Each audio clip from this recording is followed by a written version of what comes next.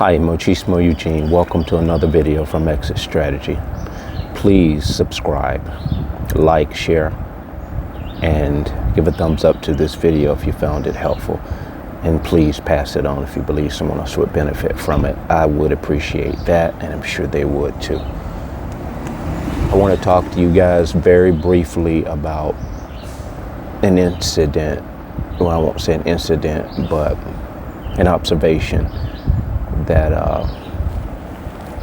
happened yesterday. I went into a store to grab a 12-pack of sodas, which I don't need, but I have this little sweet addiction to Dr. Pepper. So I went in and bought a 12-pack of these things. I wasn't in a rush, but I wanted to be in and out. I left my truck running. So as I exited my vehicle, just being the empath that I am, and a lot of us are that way, we just casually glance around our surroundings, whether it's in front of us where we're walking or whatever. We're just in tune. And so what I did, I observed a gentleman sitting in his car. And my guess was that he was waiting for someone that was inside.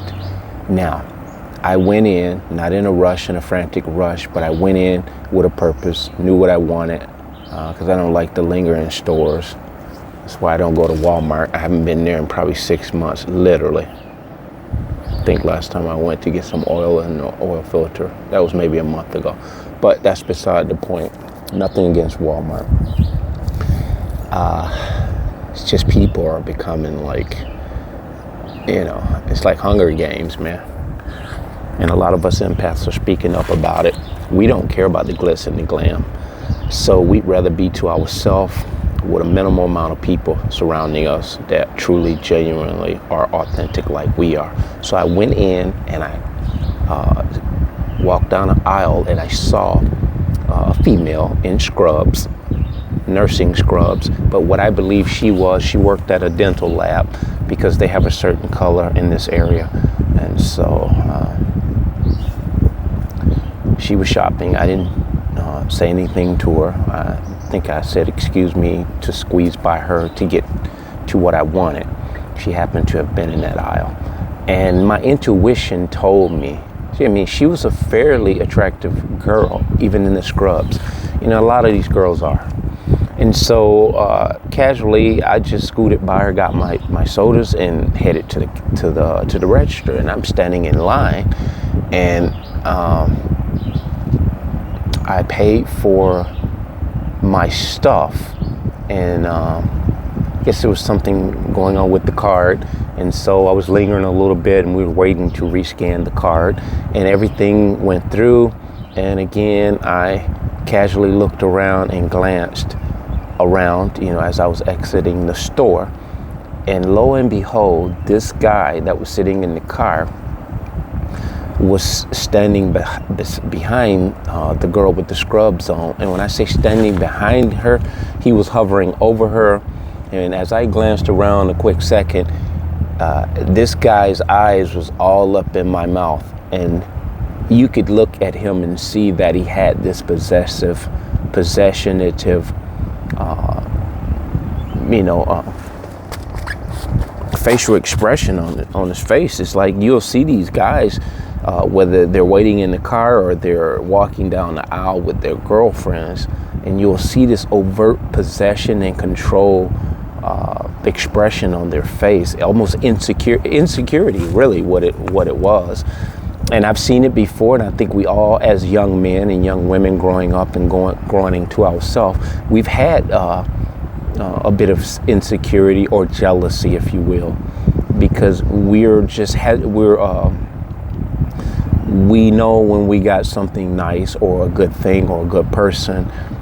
And not just that, we are so afraid that someone else may take an interest in them.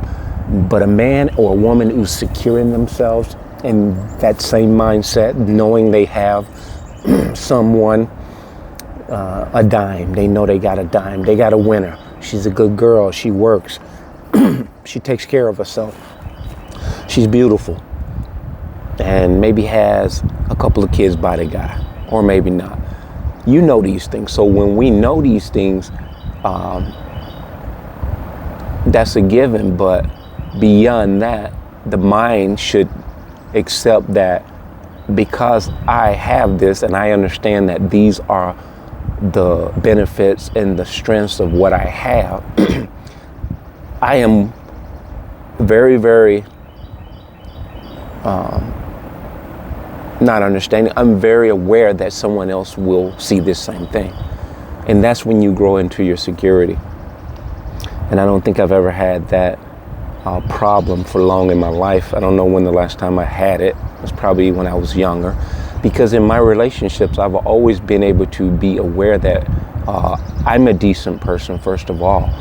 And I know that I have a certain charisma about myself, and I know I possess certain strengths.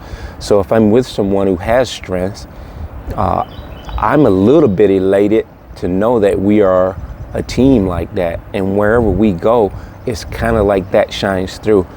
Insecurity and jealousy is the last thing on my mind. But I saw this and I observed it. And the reason why I wanted to mention this in this video, I wanted you guys to understand, and this is directed to you women especially, young ladies, women, recognize that you have this individual male in your life that's hovering over you, that's in the car 1 minute, and then and I'm sure and believe it or not, I think she was aware that he jumped out of that car and came in that store once he saw me moved in. What I'm saying, what I'm saying in short, I believe because not just as empaths, that's a big part of it, whether you're a female or a male. This could have been a woman sitting in the car waiting on her man.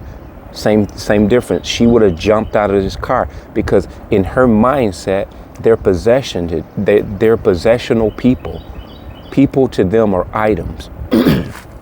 And so undeniably, I believe she observed that he only got out of that car because he felt threatened by another man that he felt like his old lady or his girlfriend or wherever she was may observe me and take an interest or even make small talk. He was not willing to risk that. So he had to come in and monitor her.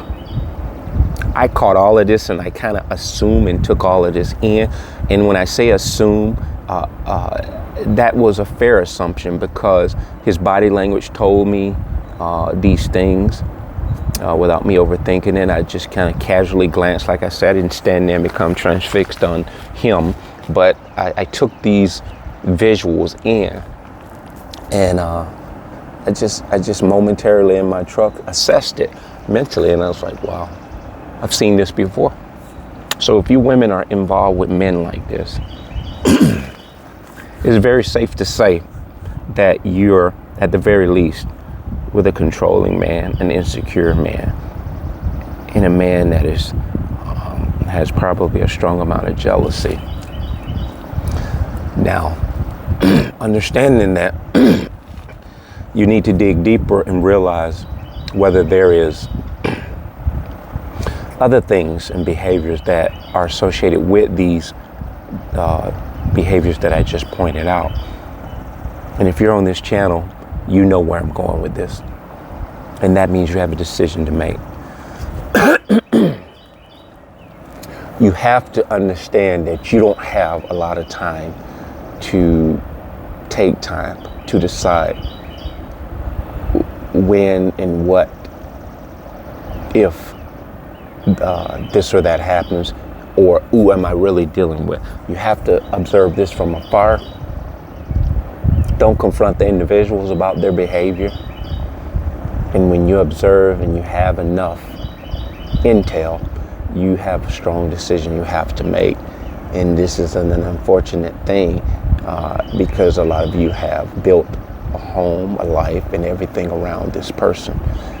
But there's a time coming, and there's a time that's already arrived, whereas there are atrocious things happening in our world at the hands of these monsters. Your life means a lot to you, but it means nothing to a narcissist. So understand this, and I hope and pray that you do conclude that you're just with a man that maybe has trust issues and a little bit of insecurity, and you're not with a narcissist. But if you are, again, you have a decision to make. Don't wait forever and a day to make that decision. And your quiet, silent exit is important. So you need to understand that. Don't give them the memo. Bounce. That being said, bless.